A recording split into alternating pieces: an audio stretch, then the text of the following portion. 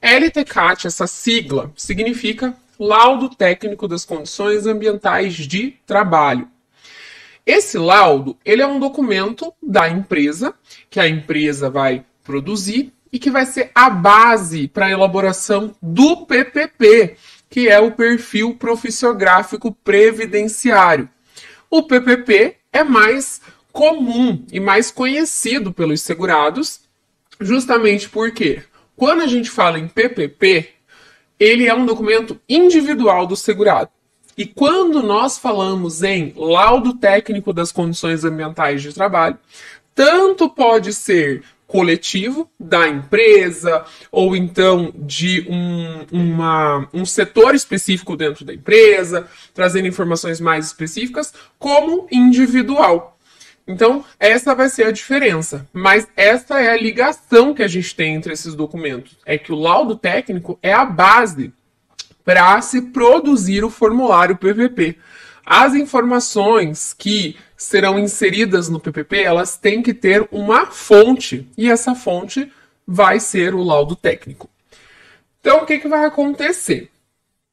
Ter ele em mãos acaba não sendo obrigatório, como vocês já vão entender, porque a gente tem períodos em que ele vai ser exigido, outros períodos que ele deixa de ser exigido, mas uma coisa é fato: em todos os períodos, em todos os momentos, ele pode ser um documento que vai ajudar o segurado a comprovar eventual exposição a condições prejudiciais à sua saúde. Uma insalubridade, uma periculosidade, algo neste sentido. Então, ele é um documento muito importante.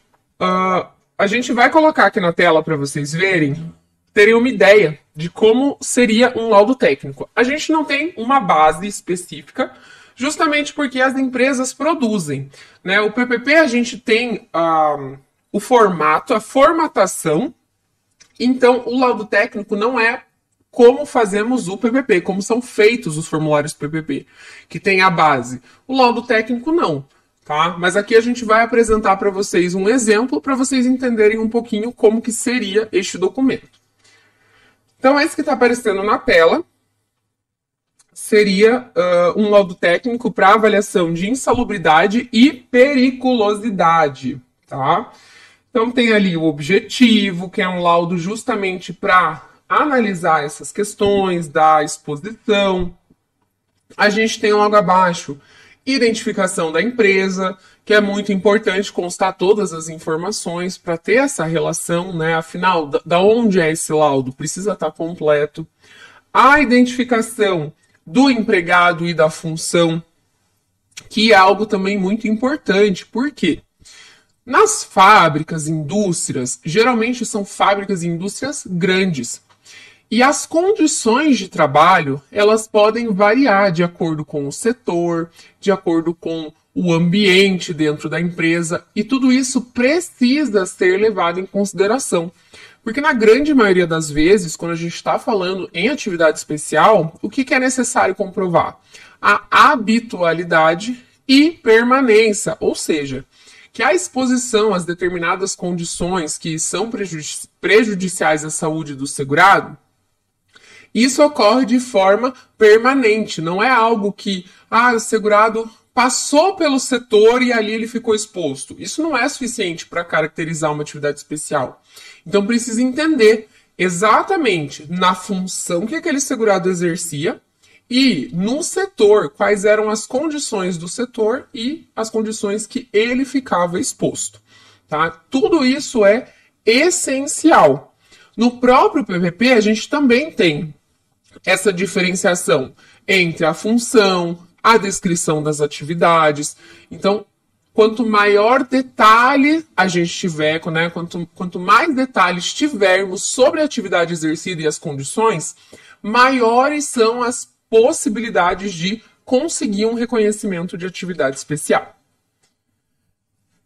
E aí vem a grande dúvida, que é com relação a quem pode emitir esse laudo técnico. Tá? Os profissionais que são capacitados e que de fato podem produzir esse documento são engenheiros em segurança do trabalho e médicos do trabalho. Então, são a essas pessoas que os segurados, quando for uma responsabilidade dos segurados, devem recorrer para elaborar essa documentação que vai ter a indicação das atividades exercidas e das condições que o segurado esteve exposto em seu ambiente de trabalho. E o LTCAT, ele não foi, desde a sua criação, né, desse documento, obrigatório. A gente passou por algumas fases. O fato é que, desde 2004, o LTCAT não é mais um documento obrigatório. Por quê? Porque o PPP passou a ser obrigatório a partir de janeiro de 2004. E como a gente tem essa relação PPP-LTCAT, então passou-se a exigir o PPP e o laudo ele acaba sendo um complemento. Claro que, especialmente quando a gente tem um PPP que foi produzido com ausência de informações, com, às vezes, faltando indicação da exposição aos agentes, né? A quais agentes o segurado esteve exposto. O LTCAT vai ser uma mão na roda para definir e reajustar esse PPP, né? Retificar essas informações. Porque se não tiver de acordo com o laudo, precisa ter o laudo de algum lugar, eles precisam tirar essas informações. Então, se não estiver no laudo, a empresa vai ter que comprovar da onde tirou aquelas medições, tá?